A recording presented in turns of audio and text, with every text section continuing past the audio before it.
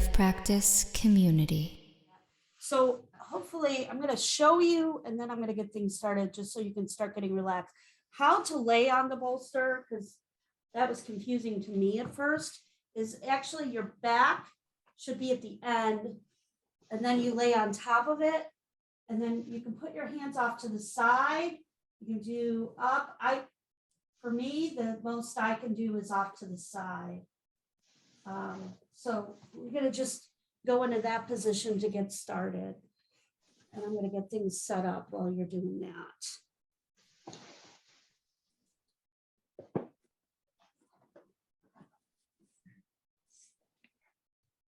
I'm going with a little theme with the music today about traveling home, or for me, it's traveling homeward with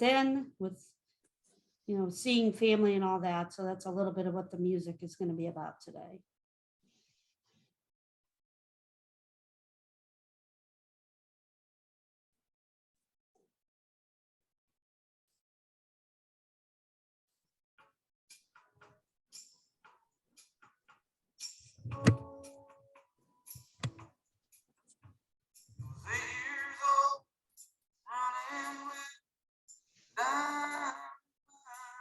All right.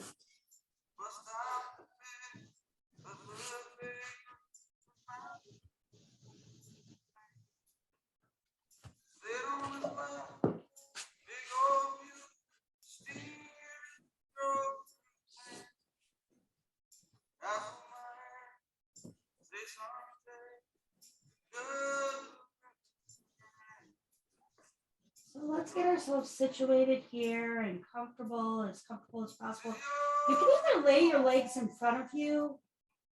You can butterfly them up. I don't know if you can see, but I have mine like put my feet together and put them down like a butterfly. When I first started yoga again back in July, I couldn't do that because of my sciatic nerve. So I had to put a block underneath my knee. So whatever is comfortable for you.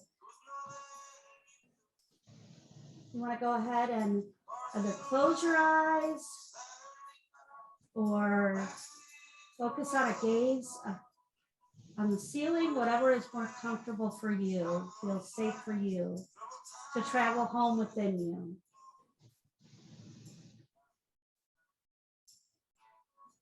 Let's start off reminding ourselves to breathe. Breathing in through the nose with exhaling the belly while we're filling up the belly. And out through the nose. And maybe, depending on the time of day it is for you, maybe you want to breathe out through your mouth and make a few sounds to get started.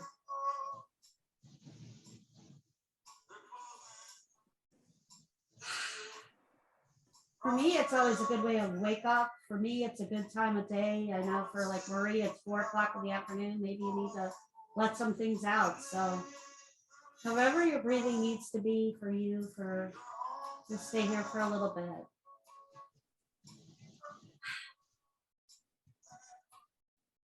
And eventually just lead it to slowing down.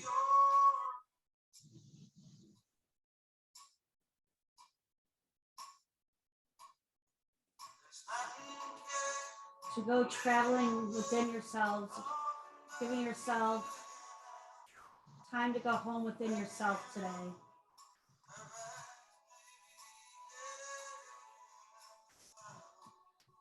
Maybe holding on to this moment as we go into our week. For some of us are traveling, some of us have people who are traveling to us.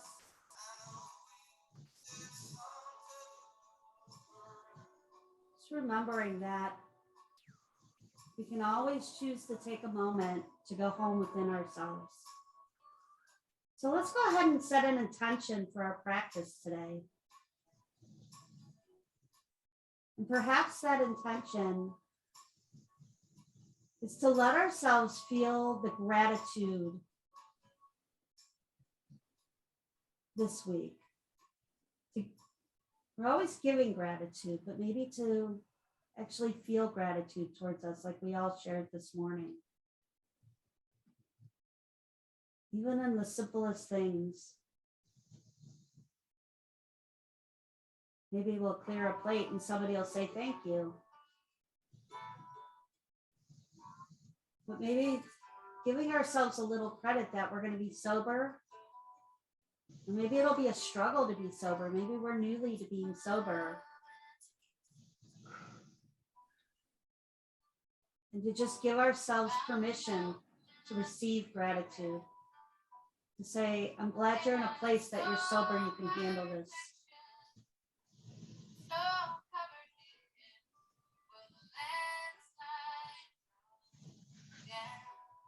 Let's take about 3 more breaths here, and then we're going to move up to seated position.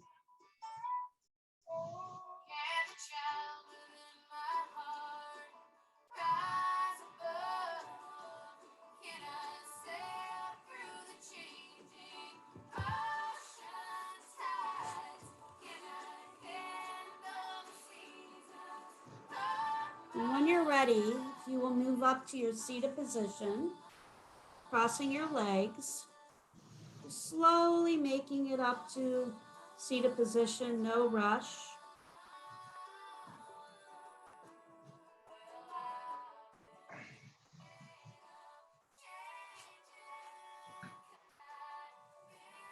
And you're going to want to make sure you're back up a little. I know Jeff has told me before it's a little hard to see me sometimes. So we're going to back up and cross your legs however feels comfortable to get started. And then we're going to just place our right hand on the mat. We're going to take our left hand and just lean over. Now make sure you're like putting your chest out when you do that. I know that I sometimes lean forward, and I think that's because I work at a desk all day. And lean over and stretch however feels comfortable for you. Whatever feels, you want to stretch a little bit more than you can, or start off gently and start stretching.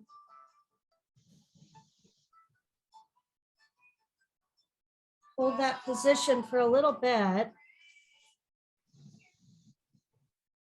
So I told you all I got my geek on about the science behind gratitude. And so there's this guy, Andrew Huberman, researcher out of Stanford. I don't even know, something on Instagram, you know, that's how I've met a lot of you, Instagram. He's done research on the effects of gratitude practices.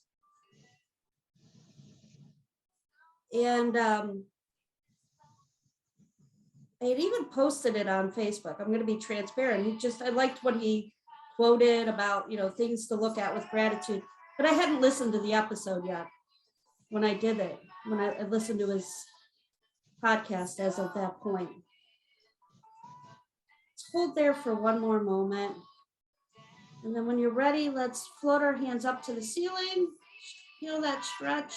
Let's do the opposite side now.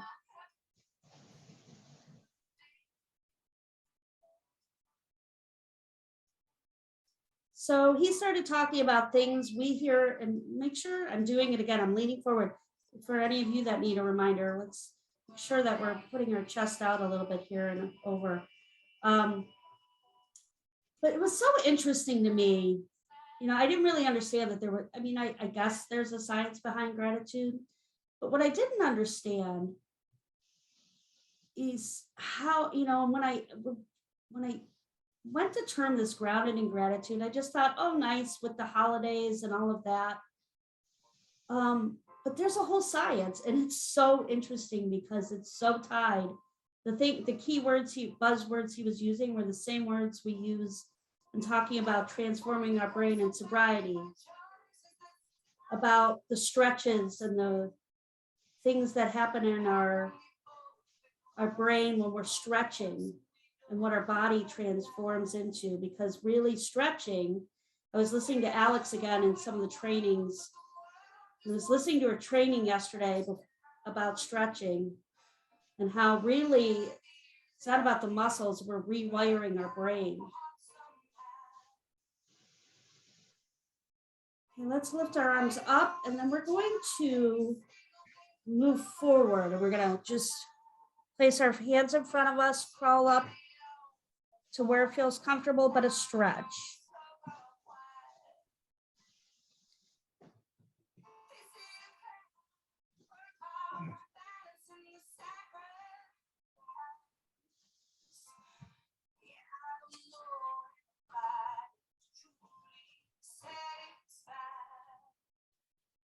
So I was listening to the podcast, and it was funny. I was listening to it right after I came from a meeting from the Luckiest Club, where Eric Johnson had talked about, let's not fake it till we make it this week. And why do we have these gratitude lists? And sometimes we just can't be there, like Jeff was talking about, or any of us, sometimes we just can't fake it.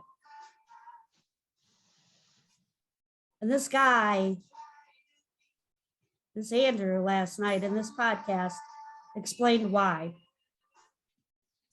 It's all about the rewiring of our brain. And if we picture it as pictures and picture frames,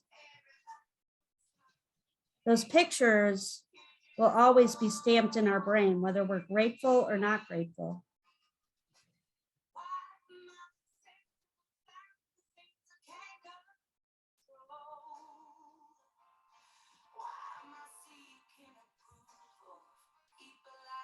Let's slowly crawl our arms back. And now we're going to just do the stretching of our neck, because we might have been holding some tension. So we're going to lift our right arm up, bring our neck over to the right side, connect our ears if possible, float our arm over, but gently hold on to it. One thing I learned last night in yoga class, I always love learning, is if you have your eyes open, to look towards the side and down, that helps with the stretch there. So this Andrew guy, I'm going to come back to him. This researcher, he was saying that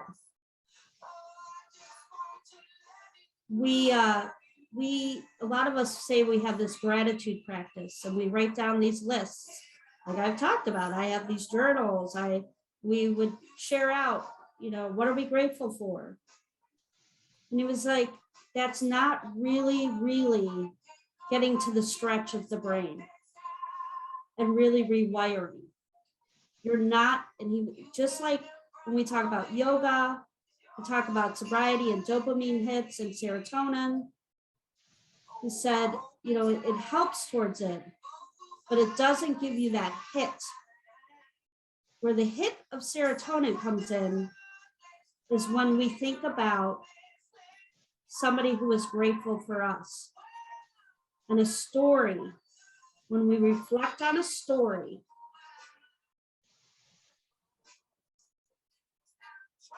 let's go ahead and release this side slowly. And let's do the same to the opposite side.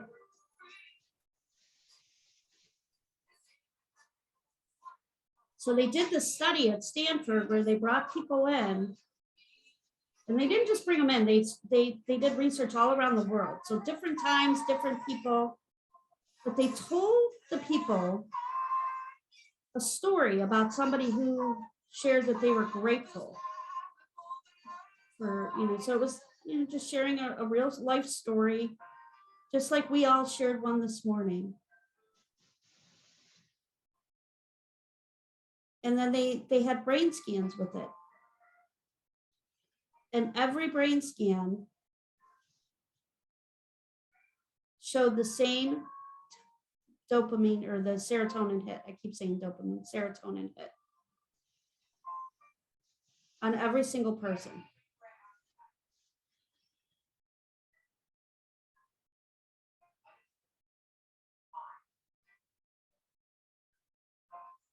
Let's go ahead and release that. Maybe just roll our shoulders back a little bit, loosen that up before we move into our next move. Going backwards for a little bit, nice and slow. And then we're gonna go forward.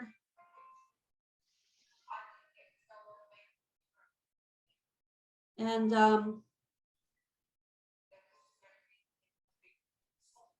so this researcher, we're gonna move before I go into the next part. Let's go ahead and lay on our back. We're gonna need our strap now. And we're gonna lay slowly on our backs, and we're gonna put the left leg out.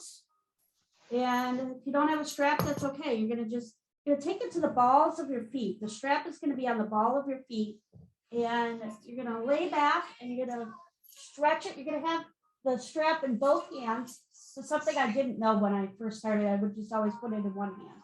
So in both hands, and you're gonna just put the left leg out and the right leg up, holding that. And hold that stretch for a while.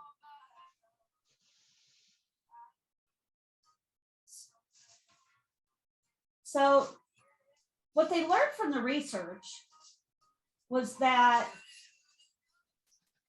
really the gratitude practice needs to start with ourselves. That if we spend even 1 minute every morning, and he said it could be the same story every single time. So think about the story you shared out this morning. And the more specific we are with that story, about somebody being grateful towards us, it rewires our brain.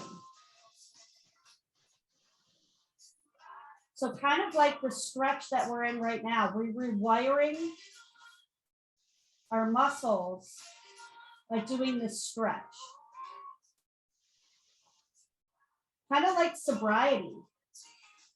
Every time we don't pick up that drink, or we make a different choice of, I'm gonna tell that story to myself in a different way. We're rewiring how we believe things, how we do things. And then he said, eventually, we're gonna go ahead and put our leg out to the right side. What we're gonna do is shift the strap on your right hand and put your leg out to the right side, float it gently as far as you can.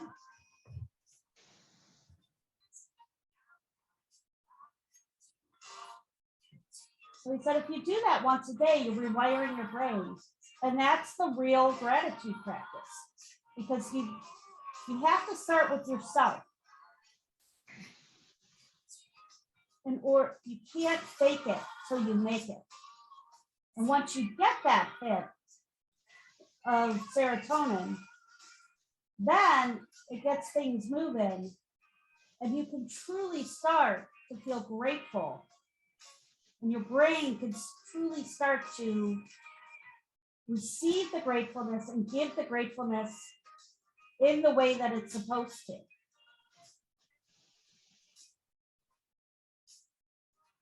So just like sobriety, we have to do it for ourselves.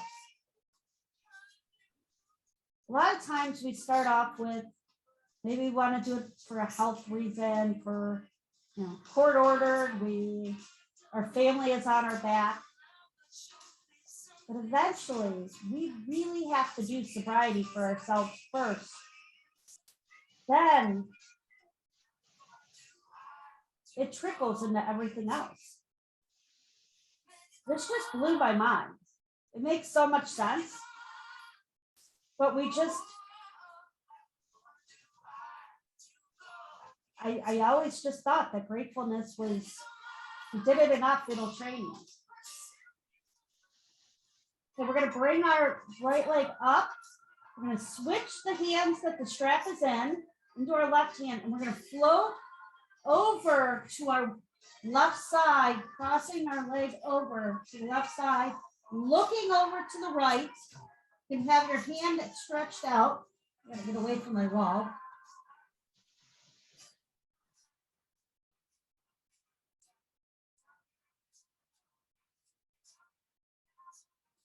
So like this position right here, this doesn't feel natural for me.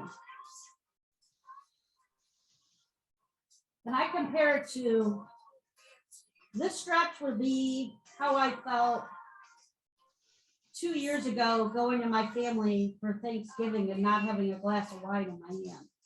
This was a stretch. And I had to hold it.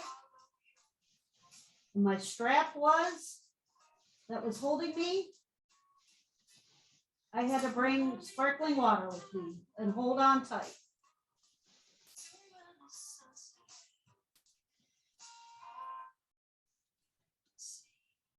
What's going to be your strap this week? What's going to hold you? For me this week, so different than 2 years ago. I'm not probably going to think about the drink, but I am going to have emotions. And so my strap is going to be all of you. Sending messages, checking on you, just like you're checking on me.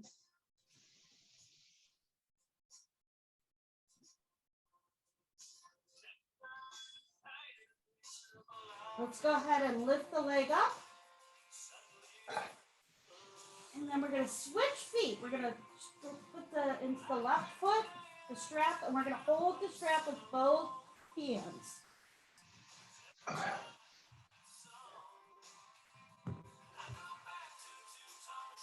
This is the one that's fire for me. And my sciatic nerve still healing.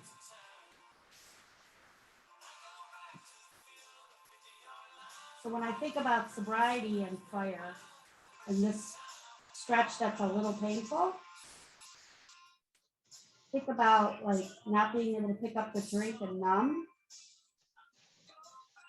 Instead, I'm stretching through it.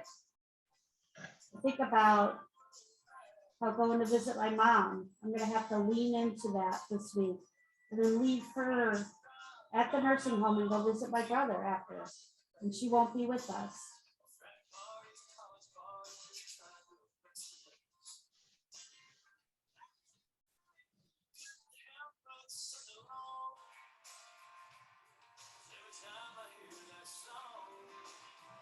What's a stretch that's gonna maybe burn a little bit for you, but you know if you play it forward and you don't numb, the next day, just like this stretch, it's gonna loosen you up, it's gonna make you feel a little better.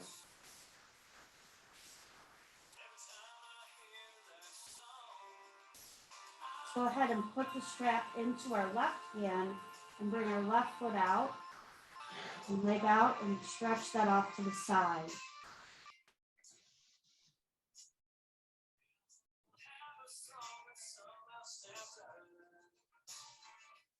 Another stretch for me this week, and I've shared with a lot of you, is my daughter will be here in Cleveland.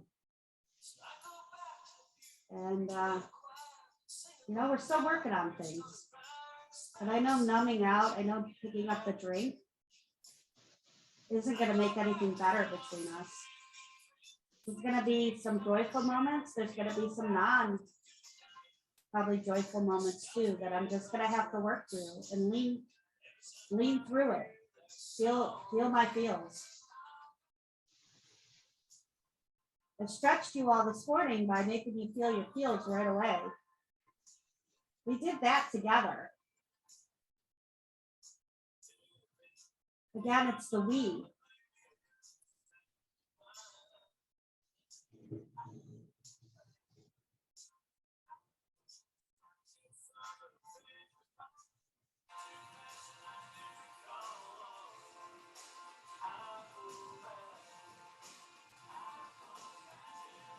Let's go ahead and lift our leg up. And we're going to float it over to the right side and look to the left. And try to knock the microphone down here. So put the strap in our right hand, look over to the left and have our leg over to the right.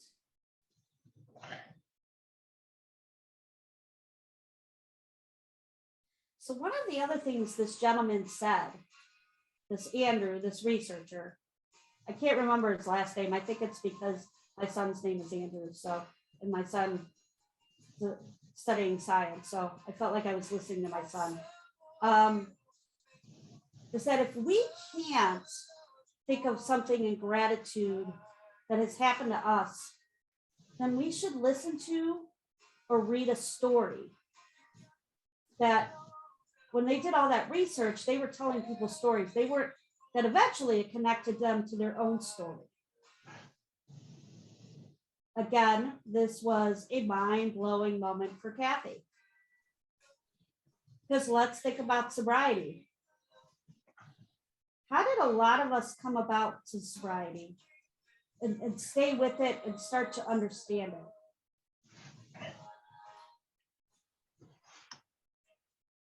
For me, I put down the drink.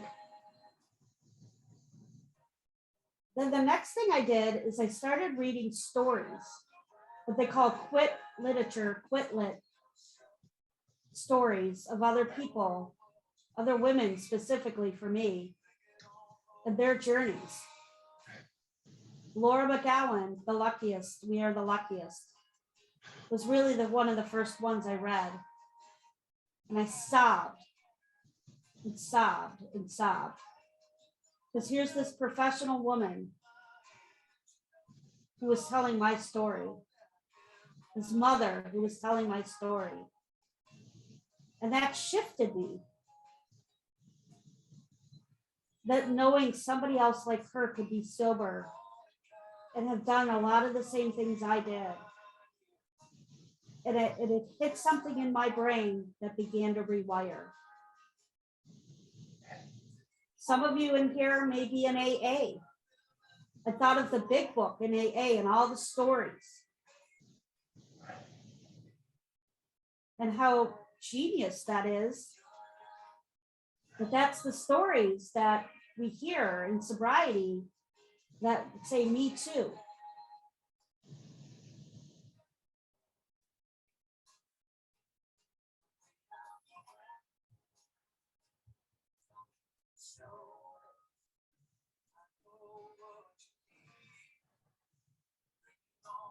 All right, we're gonna go ahead and lift our leg up and unrelease the strap. Maybe give ourselves a little bit of hug and roll back and forth on our back before we go up to a seated position.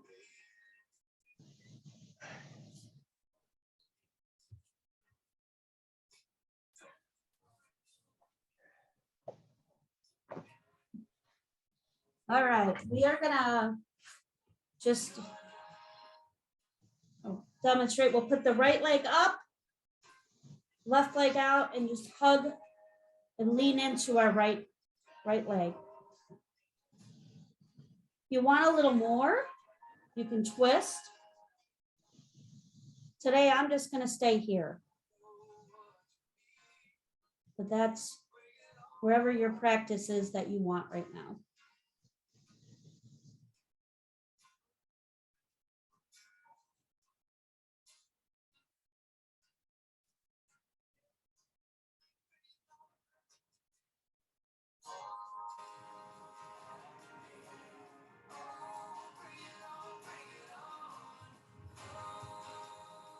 When I think of this pose, I think this one's a little easier for me. For some of us, it's not easy. We might have a history in our body that it's not easy. And that's what it's all about. I mean, some of us, maybe we put down the drink the first time and it was easy. For some of us, maybe we had to keep practicing. For some of us, this gratitude, we might not have thought of a story right away. We might need to hear somebody else's story. But it's all practice. And I think that's what I love the most is the word practice.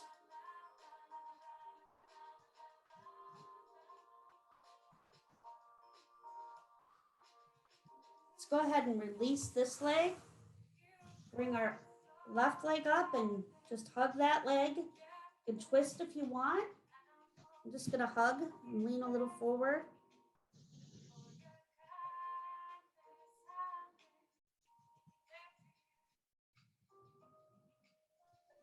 For me, the word practice was never a thing. I felt like I had to be perfect. And some can say that, however you define yourself as a person in recovery, however, I define myself as a person in recovery. A lot of times it's been said that my brain is an all or nothing. So I never liked practice. I just wanted to be the person who could get up and perform perfectly. I was a gymnast. Y'all want a funny story? I can tell you someday about me competing against Mary Lou Retton, the Olympic athlete, how I didn't like her. It was pretty funny. Because it seemed to me, was natural and I had to work harder. I was a theater musical person. I felt like I had to be perfect with that. So a lot of what I drank at was because I wasn't perfect. When I got divorced, I was no longer the perfect wife that meant to me. And that's when I started drinking. Because I wanted to numb those feelings. And then I didn't feel like the perfect mother. I had really embraced the word practice and understood that we're all just practicing everything, would have been a shift. But I needed to be ready for the lesson. So sometimes when I want to beat myself up and I can't think of gratitude, I can only think of what I've done wrong. Or I can't think of anything positive during a week where maybe this is hard. Thinking about my mom and things not being the same and home not meaning home. I got to travel within me and remember that it's within me that I'm home. And that I'm sober now. And it's okay to feel the feelings. But to use the tools that we've all been given and are learning as we go. And practice those tools. Let's go ahead and release. Let's go ahead and shift back and lay onto our backs. We're going to go into Shavasana now. So our final resting pose.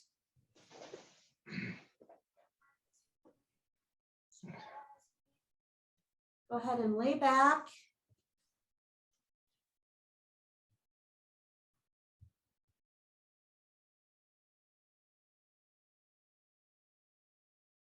To challenge you to just lay here, and I'll bring you back when the time is ready for you to move on up back into the seated position. I'm going to read you something and then I'm going to leave you be to think about what can you leave on the mat today, because the final resting pose is for you to leave what doesn't serve you. Gratitude unlocks the fullness of life. It turns what we have into enough and more. It turns denial into acceptance, chaos to order, confusion to clarity. It can turn a meal into a feast, a house into a home, a stranger into a friend.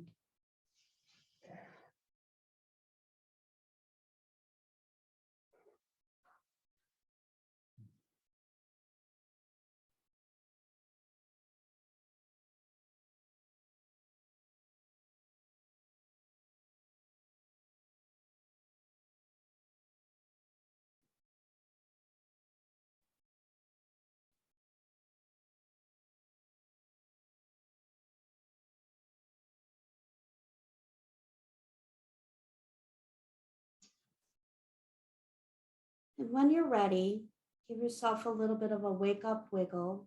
You wiggle your toes and your fingers. Bring your knees to your chest. Give yourself a hug, rolling onto one side and rolling up to your mat.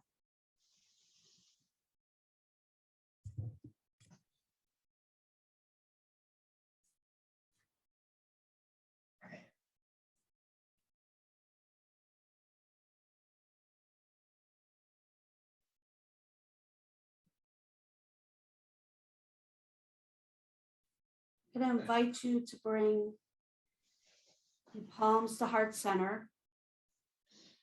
Close your eyes if you're comfortable, or a soft gaze. Just want to say how grateful I am for all of you that you shared out today. Maybe got a serotonin hit with me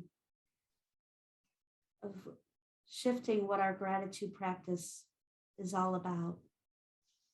That we remember with everything, it starts with us, our sobriety, our yoga practice, and our gratitude. It starts with us remembering what we can do. We as a we can do it together. And I appreciate you showing up for yourselves this morning and for me. I am in total gratitude towards all of you around the world this morning. So let's take one breath in and one breath out, and then we're going to do one breath in and then an om. So one breath in and out. One breath in. Oh.